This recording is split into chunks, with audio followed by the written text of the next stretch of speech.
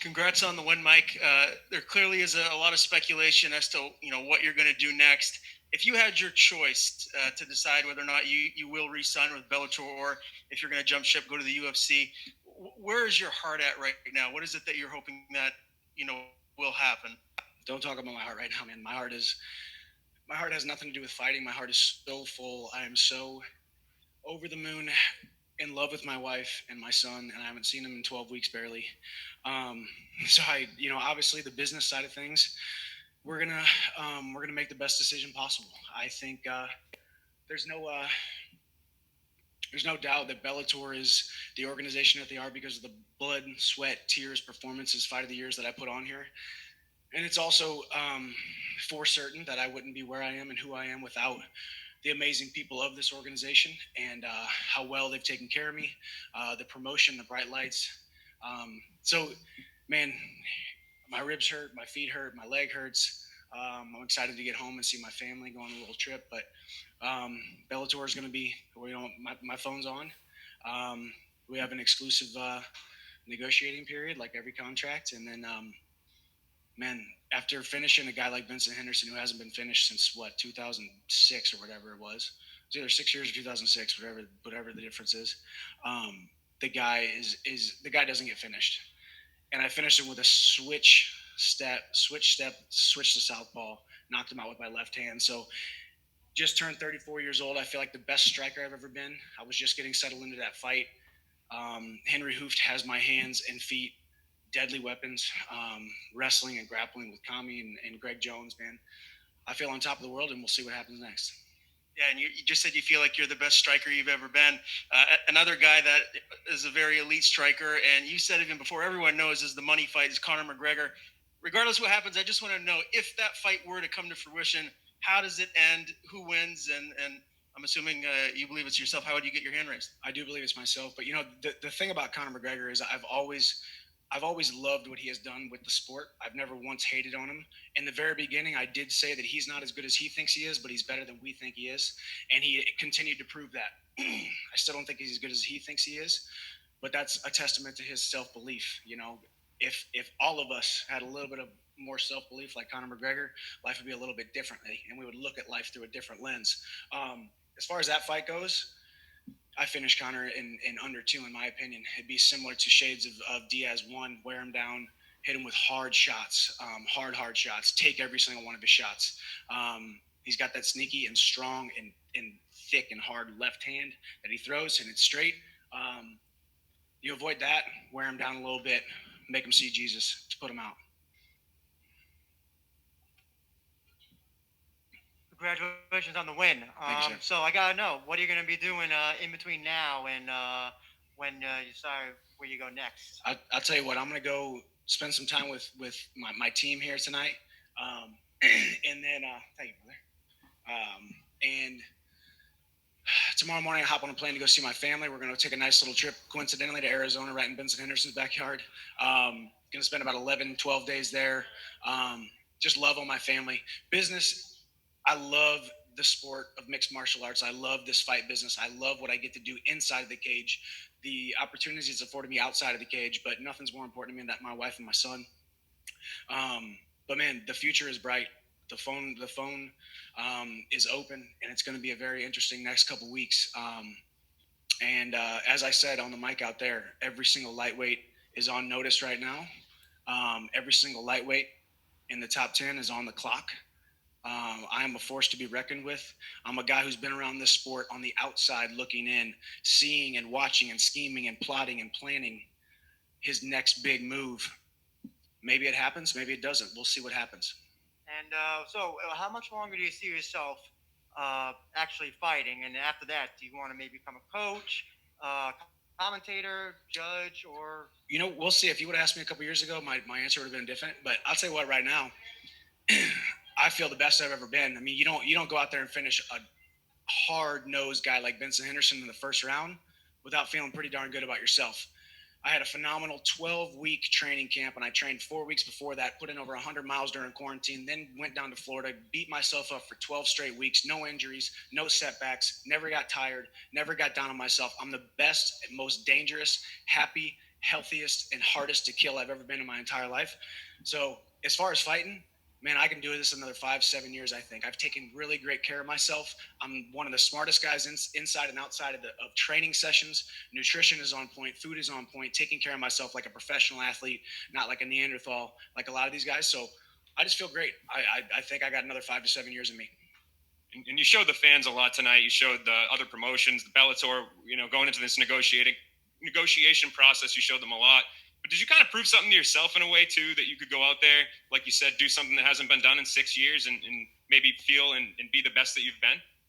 Absolutely. As I said before, Benson Henderson is a champion inside this sport. Doesn't matter if it was 5 years ago or it's 5 years from now if he's still fighting. That man is a champion inside and outside the cage. With that being said, yeah, I downplayed it with all of you guys when you asked me. Man, there's a lot of pressure on you. Hey, this is the last fight in your deal. Hey, you're taking a chance on yourself. You're taking a bet on yourself. But, man, I wouldn't be the man that I am today without taking a chance on myself. When every single person back in Jefferson County, Missouri said, why in the heck are you going to go walk onto that Division I wrestling team? You're going to be a punching bag for 5 years. You're going to be a workout dummy. You're never going to make it. You're going to ride the bench. You're never going to wear that black and gold singlet. Within 1 year, I was wearing the black and gold singlet. Within 3 years after that, I was an All-American, team captain 2 or 3 years. Every young kid out there right now, take a chance on yourself. Believe that you were designed and created and engineered for more success than you ever could think of in your wildest dreams. And that's what we did here tonight. That doesn't mean anything as a knock on Bellator. I love this organization. I love what they've done for me. I love every single heartbeat. Stu, I see Stu over here. Me and Stu have been at this thing for 10 years, man. And it's a really humbling feeling to now see where we're at and what the future may hold. I love the people here. They have impacted me in ways that they will never know. So we'll see what happens next. And you talk about your love for Bellator, and clearly you're emotional when you're in the cage talking about your relationship with them and how you guys have built together. But if you were to stay here, what else do you feel like that you would be able to accomplish here that you already haven't done? How would you top yourself? No, I appreciate the sentiment, but I also, coming from your shoes and then thinking about in my shoes, this sport is not about necessarily opponents or promotions or what this sport is a constant metaphor for life and stepping out there and painting a beautiful masterpiece in front of millions of people on TV and showing you and everyone that you know and everyone that's watching that the human condition, the human spirit was created for more than we give it credit for. And I don't care if I go out there against the number 200 guy in the world or the number 1 guy in the world. It's a test and a contest against myself, trying to outperform my previous self. And I did that tonight. I went out and finished Sydney Outlaw last fight in dominant fashion in front of 30,000 people in Japan. This time finishing a legend in the first round like Benson Henderson with a devastating knockout. I need to go back and watch it. I'm excited to see it. But man, the sky is the limit, and you and everybody here was created for so much more. So it's not about staying with the promotion and what's next. I mean, of course, there's that Patricio fight next. Listen, the Pitbull brothers disliked me a lot. I would love to run it back with Patricio. I think I beat him 9 times out of 10. I've already said it. I zigged when I should have zagged, got caught. We all get caught. So we'll see what happens. Thank you. We'll take a couple questions from the internet here. We'll start with Jim Varsalone. Congratulations. And I'm curious, that sequence there, you went right to southpaw. Was that part of the thought process coming in to sort of mix it up back and forth? It wasn't a lot, honestly. And this is the craziest thing about mixed martial arts, the evolution of mixed martial arts, or mixed martial artists. At least for me, it takes me 2, 3, 4 full training camps to work on something inside of the training sessions to where it actually comes out, let alone works inside of a cage, inside of the actual competition. Man, Henry Hooft is the greatest striking coach on the entire planet. And it's not just because of the techniques. It's not just because of the game plan. It's not just because of the angles and the power and his past experience with champions and the champion himself. It's the fact that he's a phenomenal leader. Henry Hooft makes me believe in me more than I will ever believe in me in the entire world. So it's the greatest feeling on earth to know that my striking coach is that good. He's got my back. And, man, when he says something, I believe him. When he says I can go out there and do that, switch step, hands are fast, angles, movement, keep it simple, I just believe him, and that's what we did. We switched stance. We threw that straight left. Turns out I got just as much power in my left hand as I do my right, because if you can knock out Benson Henderson with your non-dominant hand, that's saying something. So I'm humbled to be able to have hit that today. And also, we don't know what the future will hold, and you're going to take some time off to be with your family. Do you have a time frame of when you would like to make things happen and get to fight again? I'll tell you what, man.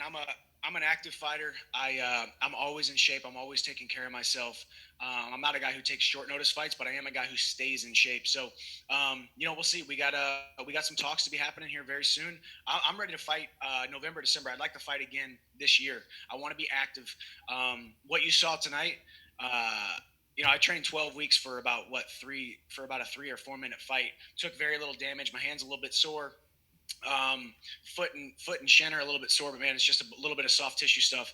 I'm not the kind of guy who takes a lot of time off. I'll be right back in the gym this week, putting my road work in and staying in shape, eating right, and I'd love to fight again before 2020 ends. Put me in there.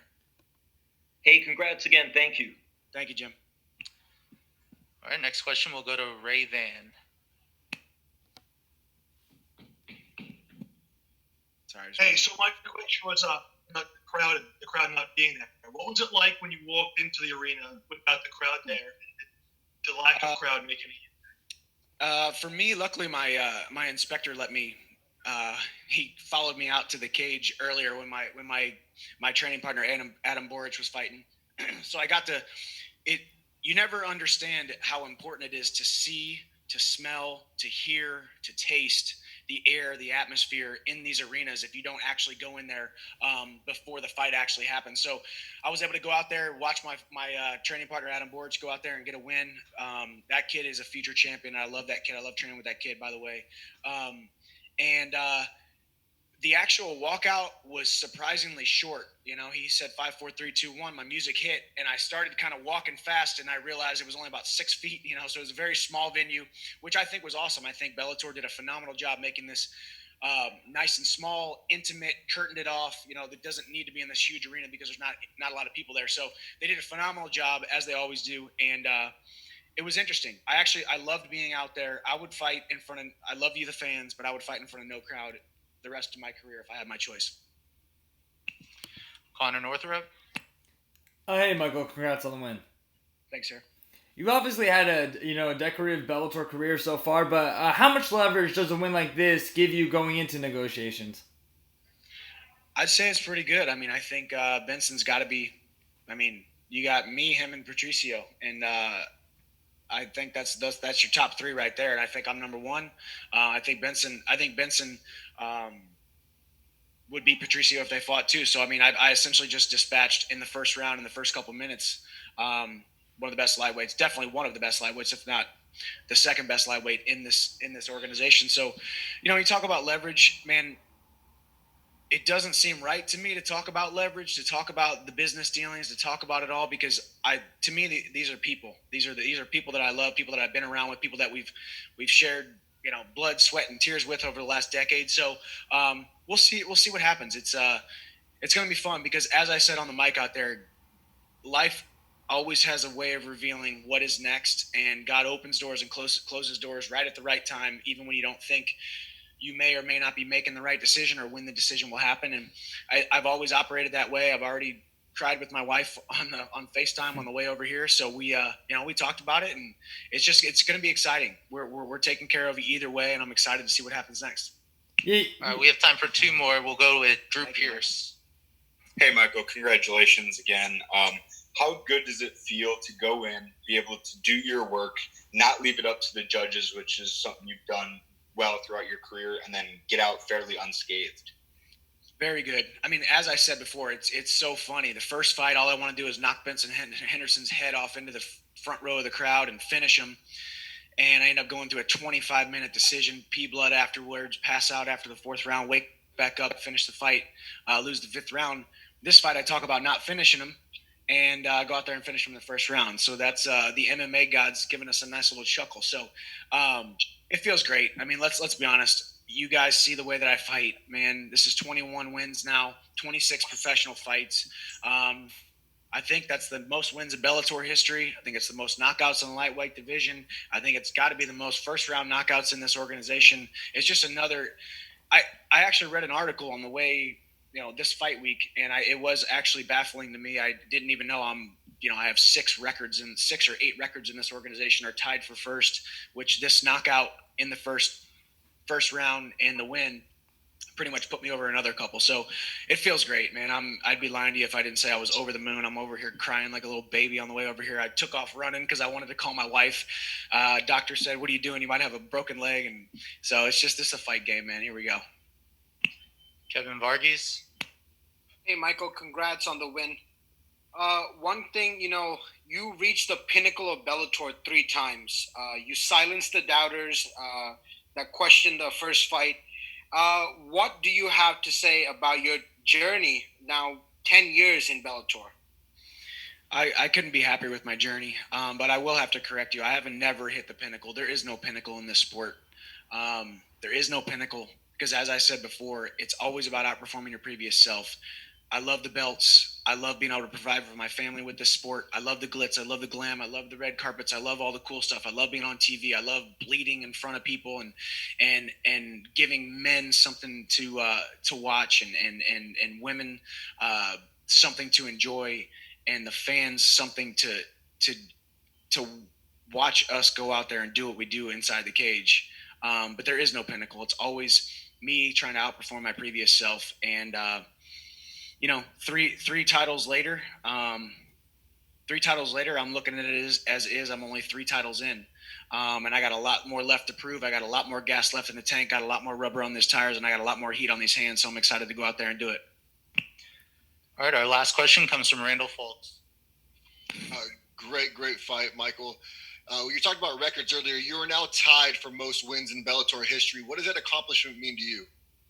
I hate ties, man. Ties the first loser, pretty much, because you're not the winner yet, I guess. But no, I mean it's as I said earlier, man. It's humbling to see my name in these record books. It's humbling to be here yet again. As I said earlier too, it's just humbling to step inside this Bellator cage. I think this is my 23rd Bellator fight now, and every single time there's so many familiar faces. Everybody that you have no idea, the media has no idea.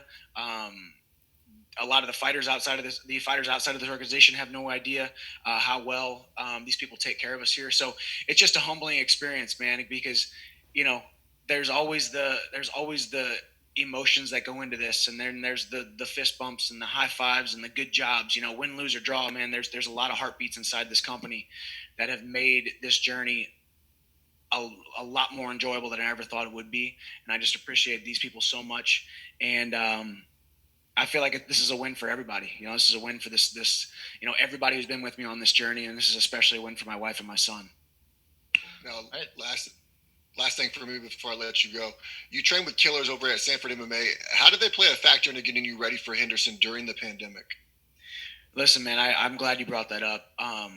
What we have going at Sanford Mixed Martial Arts down at Deerfield Beach, Florida, is you guys have no idea how awesome it is yet. We are officially similar to a high level professional sports team with a couple $1 billion healthcare system behind us. We have an orthopedic surgeon on staff. We have a recovery room. We have world-class coaches, Henry Hooft, Greg Jones, Kami Barzini, Corey Peacock. And man, you guys saw tonight, Adam Borich, Nye from Hawaii comes and trains with us. Matt Mitrione came up on the wrong side tonight, but he's a champion. So many guys. We have the number 1 guy at welterweight in the UFC. We have the number 2 guy at welterweight in the UFC. We have the number 9 or 10 guy at welterweight in the UFC. So 3 guys in the top 10. And just look at our roster, and it's absolutely amazing. So these guys make me feel like I could punch through a brick wall. These guys make me feel like I could jump over the moon. And when you have that kind of love, trust, and just admiration for the men that you're in the trenches with, there's no better feeling in the world. So I appreciate and love my manager Dave Martin and Randall Allman for you guys putting this thing together at Stanford Mixed Martial Arts, making this thing happen so that guys like me who was a small guy from a small town who was taught to do small things can go across the world and achieve things that I've never thought possible in my wildest dreams. So Stanford Mixed Martial Arts is the best team in mixed martial arts. Give us 12 months, and you'll really be seeing the fruits of our labor.